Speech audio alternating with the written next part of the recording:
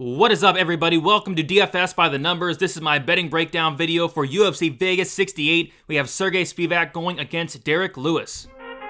I need all the wins, yeah. Harder than all that is. You better move, you might get knocked out. Knocked out. You better move, you might get knocked out. Knocked out. You better move, you might get knocked out. Knocked out. And we are back after a week off. A well-needed week off, to be honest, because I had to prepare the last week just pronouncing some of these names, and I had to dig a little bit extra into this card because there's a lot of guys I just did not know. I did not keep up with Road to UFC, but was able to take last week and get all that done.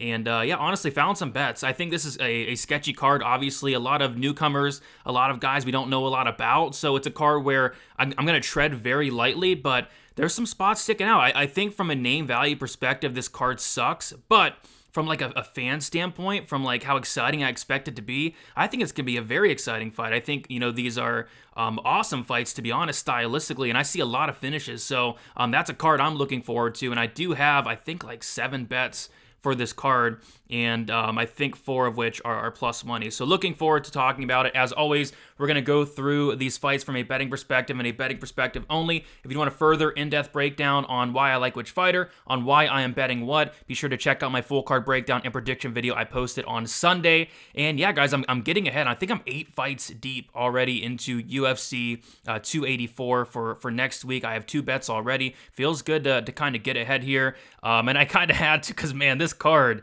it's something else, but it's another opportunity to make some money. It's another opportunity to watch some fights, although they're going to be very late, but I'm fine with staying up and watching some fights here. So I say we get into it. Like, subscribe, do appreciate all support, trying to reach 10K, hopefully in the very near future. All the support is much, much appreciated. If you do want extra analysis, if you do want extra content, be sure to check out dfsbythenumbers.com. Lots of stuff going on over there on dfsbythenumbers.com. All right, I say we get into it. And we're going to start with the first fight on the card. We have Tatsuro Taira going against Jesus Aguilar. We have Taira, who's around minus 1,200. Aguilar is plus 800. Keep it short and sweet here. I think Taira wins this fight. I think he probably wins it inside the distance. I personally don't have a bet on this fight outside of I do like a main card parlay on the website. I do a prelim parlay and I do a Hail Mary parlay, and I do have Taira inside the distance in one of those. So I'm going to be parlaying that up in there, but as far as an official bet, I don't have anything. I mean, I think Taira wins this fight and wins inside the distance. You can get Taira inside the distance on some books at like minus 160, minus 170. For some reason, Bet Online has Taira inside the distance at minus 260. Obviously, you don't want to touch that, but yeah, if you have to bet this fight, Taira inside the distance is probably the way to look, but it's just a lot of juice to lay on a flyweight to get a finish, but he should go out there and finish Aguilar. Aguilar finished in his only loss for what it's worth by submission. I do expect Taira to finish him here, but nothing really sticking out for this first fight of the night. Next, we have Jung Young Park going against Dennis Tuoluen. We have Jung Young Park, who is now minus 235, and Dennis Tuoluen, who is plus 200. And yeah, I liked Park quite a bit earlier in the week. I was considering, laying the chalk around minus 200. Ended up kind of sitting back and waiting, and the line's gone now, so not much I can do now. But I was also considering like the under 2.5 rounds. They opened it up last week around plus 150 or so.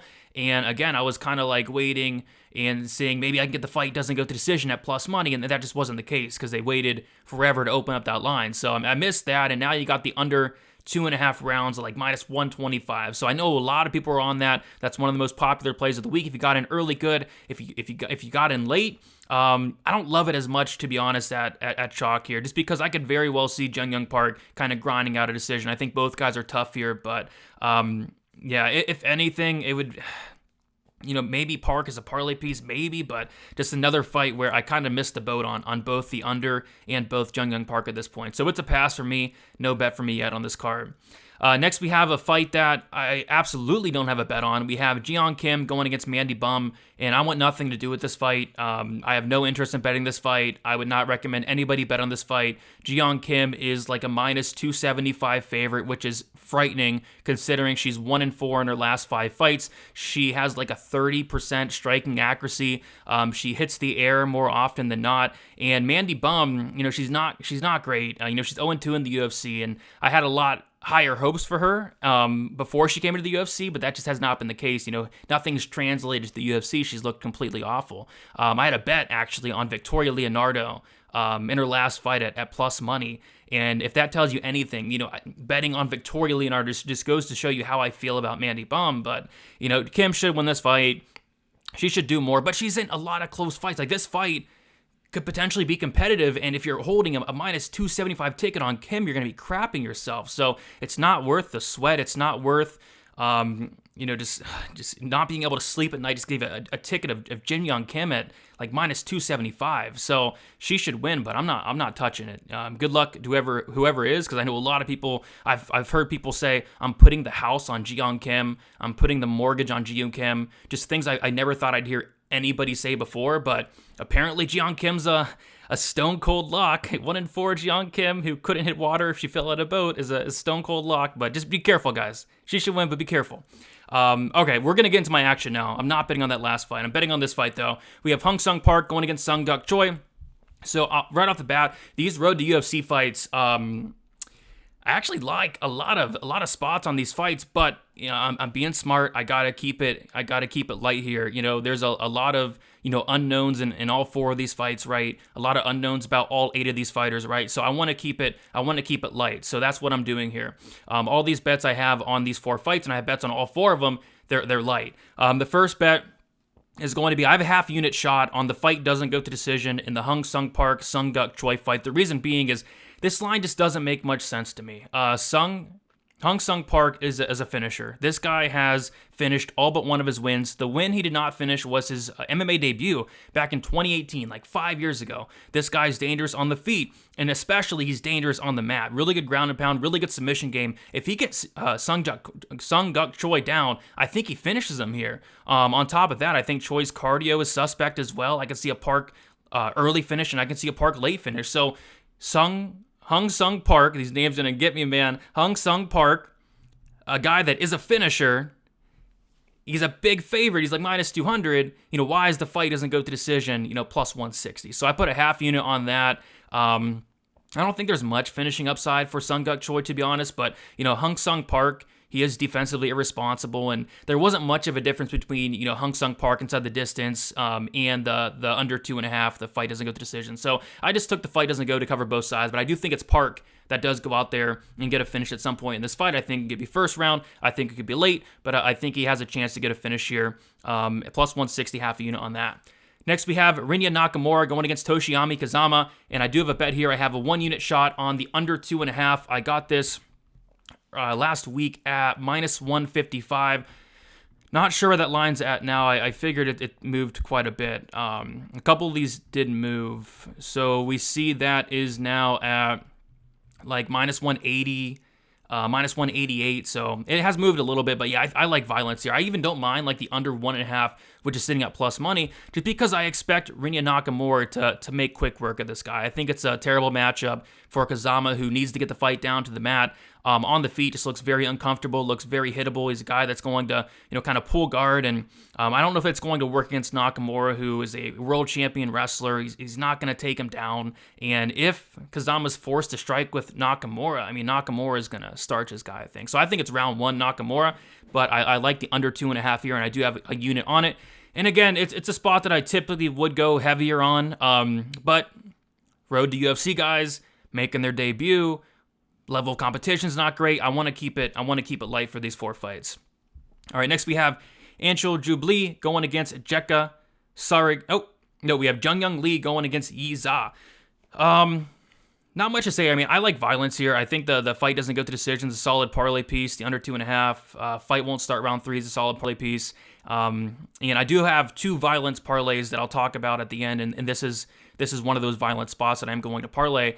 And yeah, I think Jung Young Lee finishes Yi Za by strikes. I think kind of like the last fight, I think Yi Za is going to have to get this fight down to the mat, and I think he has a much better chance to get the fight down to the mat than, say, Toshiyami Kazama in the last fight. And yeah, if Yi Za gets the fight down to the mat, the guy's super dangerous. He has a great submission game, but on the feet, I think he's screwed. So kind of a striker versus grappler, although Lee does have some grappling. I think when it's on the feet, it's going to be Jung Young Lee all day. This guy's super dangerous, multiple finishes on the road to UFC, and I think it probably does finish Izza in the first round. Like I said, I have some type of violence parlayed in this fight. We'll talk about that at the end.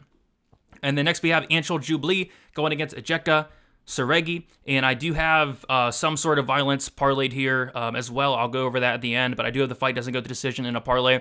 And yeah, I like violence here, and I like Seregi. Again, this is a spot where, man, I mean, I'm tempted, and I have been tempted on Seregi all week. It's just, again, I don't want to put a ton of money on a guy that we just don't know a lot about. We don't know a lot about both guys. There's question marks about both guys and their level of competition, but I'll tell you right now, I've been super impressed with Seregi. This guy hits like an absolute truck. This guy got a spinning back fist knockout in the third round. He got a first round knockout on the Road to UFC fight. This guy hits very, very hard. He's an absolute finisher. He has been submitted twice, and I do have some questions about his cardio with submission defense. But Jubli's not really a finisher, but Jubli does have some wrestling, some grappling as well. And I think these guys are going to stand and bang. We saw Jubli in the Road to UFC fight, which was weird to me, because you take a look outside the Road to UFC, Jubli was going out there and taking these guys down and looking pretty solid. Low level competition, but still. And then he got to the Road to UFC, and he's going out there and standing and banging with this guy on his only Road to UFC fight, right? If he goes out there and stands and bangs with Seregi, there's going to be some problems. I think Seregi does knock out Jubli at some point in this fight. If you guys saw the face-offs, it was the most intense face-off of the card. I mean, these guys were in each other's faces. If you have not seen that, go check it out. But I think these guys are going to go to war. They're going to stand and bang. Someone's going to fall. I like Ejeka Seregi to get it done and get it done by knockout. I was tempted on the Seregi money line. I was tempted on the inside the distance, but ultimately I just pulled the trigger on the fight doesn't go to decision. I have that parlayed with something else on the card. Like I said, we'll touch on those two violence parlays at the end. But yeah, the fight doesn't go to decision I think is a solid look, just because you can see it right here. Seregi has only been to decision once.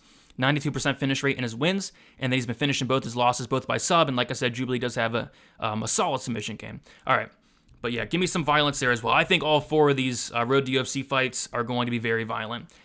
All right, next we have Yusaku Kinoshita going against Adam Fugit, and more violence here. So this is going to be, I have two 1.5 unit plays of the card, my biggest plays of the night. Like I said, I'm keeping it kind of light this week, but I like violence here as well. So I have 1.5 units on the under 2.5 rounds, and I got that at minus 130, and I'm kind of shocked that line has not moved all that much. Like, you can still get it at like minus 135, and I thought his line was going to get smashed, but it really hasn't, which is interesting because Kinoshita's never seen the over 2.5 round mark. And I mean, both these guys are really good finishers. Look at this. Adam Fugit, a 88% finish rate.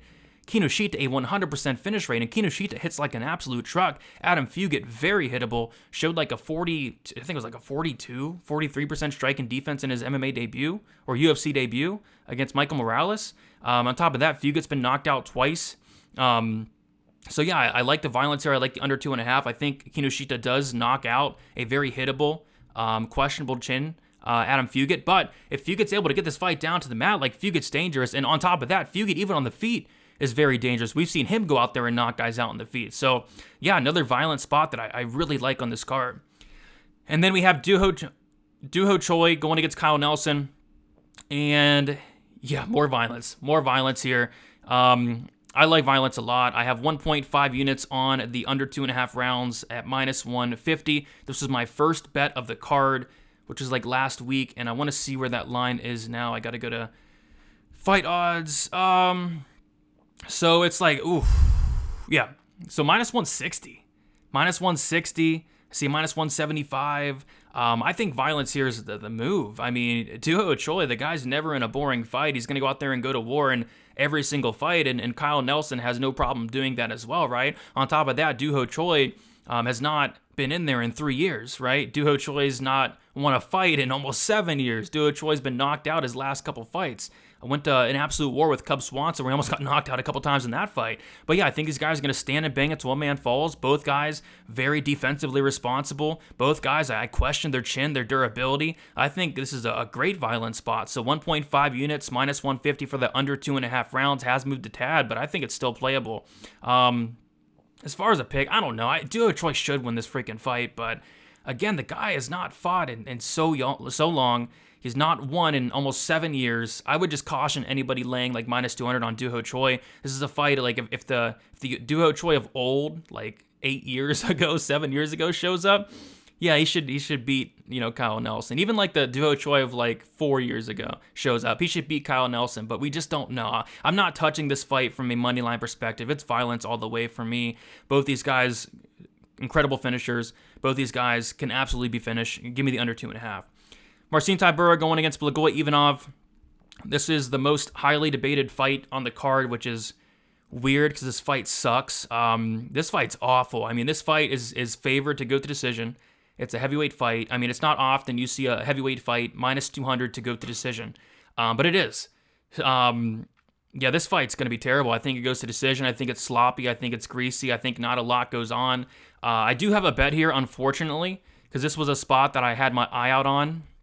And if it was plus money, I was going to play it. And that's the Blagoy Ivanov scorecards equals no action, the finish only. And I have a half a unit on that at plus 120. I think it's plus 110 now. But the reason being is Blagoy Ivanov's as tough as they come. Like, Blagoy Ivanov is one of the toughest heavyweights in the division. He's fought absolute killers and has not been knocked out. I don't think Marcin Tybura is going to go out there and knock him down, or I don't think Tybura is going to have much success with the takedowns. I really don't think either guy will. I think these guys are just going to strike. It's going to be sloppy. It's going to be greasy. It's going to go to decision.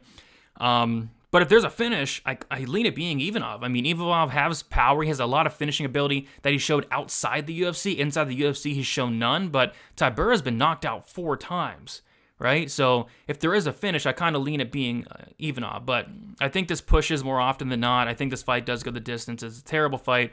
I'll be shocked if I even watch this one. So it's gonna be late. It's gonna be like 3 o'clock in the morning when this fight's on. Hopefully, it does not put me to sleep because I want to watch this co-main in Maine. Speaking of the co-main, we have Da Un Jung going against Devin Clark. I do have a bet here. I have a half unit shot on Da Un Jung to win inside the distance at plus 120. That line has moved throughout the week. It's now around plus 100, minus 105. And yeah, I think it's a really tough matchup for Devin Clark going against a much bigger Da Un Jung. On top of that, on the feed, it's Da Un Jung for me all day. Devin Clark's been knocked out 3 times. He's been submitted 3 times. Da Un Jung hits like an absolute truck. Devin Clark gets hurt in every single fight he's in. And I think Da Un Jung just puts him out here. So, yeah, not much else to say. I think Da Un Jung wins inside the distance, and I have a half unit on that at plus 120. And then the main event, Sergey Spivak going against Derek Lewis.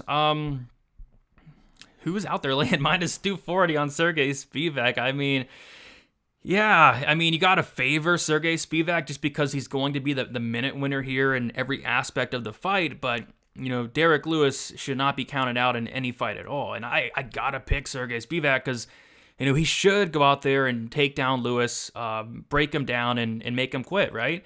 But Lewis has that one X factor, and that one X factor is the power, which it would terrify me laying like minus 240 on Spivak. But I think Spivak does finish him. I think second, third round, I think he puts it on him and makes Lewis break like he has before. Lewis has been finished 8 times. I like Spivak inside the distance. Yeah, but I don't hate anybody taking a shot on, Derek Lewis, the money line, the KO. Like, I don't hate people taking a shot on that. Like the KO 1-2, just because he's always live for that. And if you've bet Derek Lewis by knockout in every single one of his fights, you're up a ton long term just because the guy's always live for a knockout. But in terms of a pure pick, I can't pick the guy. This guy thinks Spivak has such a huge path to victory. But, how many times have I been confident in picking against Derek Lewis for him to go out there and get a first round knockout? It's happened a lot. So it's not going to happen here to me though. This is going to close out so I have 2 violence parlays that I was talking about, a half a unit on each. I don't want to go too crazy on them. For one, it's a parlay, and for 2, the road to UFC fights, I don't want to go too crazy with it. But the first parlay is I have a half a unit on the fight won't start round 3 in the Jung Young Lee Yiza fight, minus 165, and I parlayed that with Derek Lewis, Sergey Spivak under 2.5 rounds, minus 400, and I got that, it came out to like plus 100, plus 101. And then I also did another parlay. I did the Derek Lewis, Sergey Spivak under 3.5 rounds, minus 400, and I parlayed that with the Anshul Jubli, Jekka Seregi fight doesn't go the distance. That came out to around plus 100, plus 101 as well, half a unit on that. I just placed those. They're on DraftKings Sportsbook. But yeah, lots of A lot more action that I'd like to have on this card. It's been a great start to the year. I don't want to throw it all away on a card like this, but I think I picked my spots well. I'm attacking the violence. I hate a lot of money lines on this card, but I do think there's going to be violence here. I'll quickly go over my bets, and then we'll head out of here. I have 1.5 units, Duho Choi Nelson, under 2.5, minus 150. 1.5 units, Kinoshita Fugit, under 2.5, minus 130. 1 unit, Nakamura Kazama, under 2.5, minus 155. Half a unit, Da-Un Jung inside the distance, plus 120. Half a unit, Blagoy Ivanov, scorecards, no action, finish only, plus 120. Half a unit on Sunguk Choi, Hung Sung Park, fight doesn't go the distance, plus 160. And then my 2 violence parlays, half a unit, Lewis Spivak under 3.5, parlayed with Yi Za, Jung Young Lee, fight won't start round 3, plus 101. And then a half a unit on the Derek Lewis, Sergey Spivak under 3.5, parlayed with the Ansho Jubli, Jekka Sergey, fight doesn't go the distance, plus 101. So looks like I have about 2.5 units on these road to UFC fights. I would keep it like light-ish on these 4 fights. I think they're going to be great fights, but kind of sketchy to be honest. So that's about it, guys. Leave a like, subscribe to the channel. Check me out on Twitter, DFS_numbers. My Instagram is DFS by the numbers. If you have any comments, questions, or concerns, I'm going to start getting out some content for UFC 284. Already posted a quick breakdown of the Islam and Volkanovski fight. I'm going to do a more in-depth breakdown, I think, for that on Sunday. And then my full card breakdown and prediction video for UFC 284 is going to be out at Monday at the latest. So make sure you guys are subscribed so not miss out on that. Welcome back. 8 weeks in a row. I'm looking forward to it. And let's keep killing it, guys. Best of luck for UFC Vegas 68. Talk to you later.